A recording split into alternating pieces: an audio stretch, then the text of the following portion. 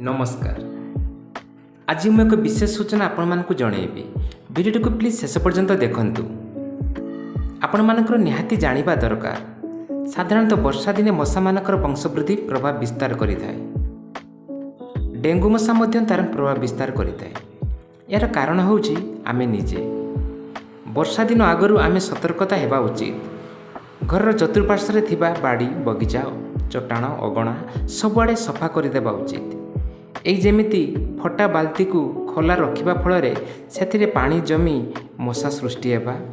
Polythene एणे तेणे पकेइले सेथिरे पानी जमीबा। Pad P सारी ताकू खोला रखिले सेथिरे मध्य पानी जमी मशार वंश वृद्धि हेबा। सरकार तो एबे समस्तଙ୍କ घरकू अपरिष्कार कुंड देइछन्ति। ताकू सदाबेले ढांकुड़ी रखिबा। खाल बा गहिरा जागा मानकरे पानी जमाइବାକୁ देबा नाही। प्लास्टिक बोतल भंगा हांडी माठिया एणे तेणे न पकई डस्टबिन रे पकांतु।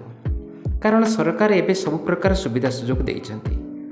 प्रत्येक जगार डस्टबिन रो घर एवं बड़ बड़ बाल्टी मध्य रखिछन्ति। सेइथिरे अलिया आवर्जना पकांतु।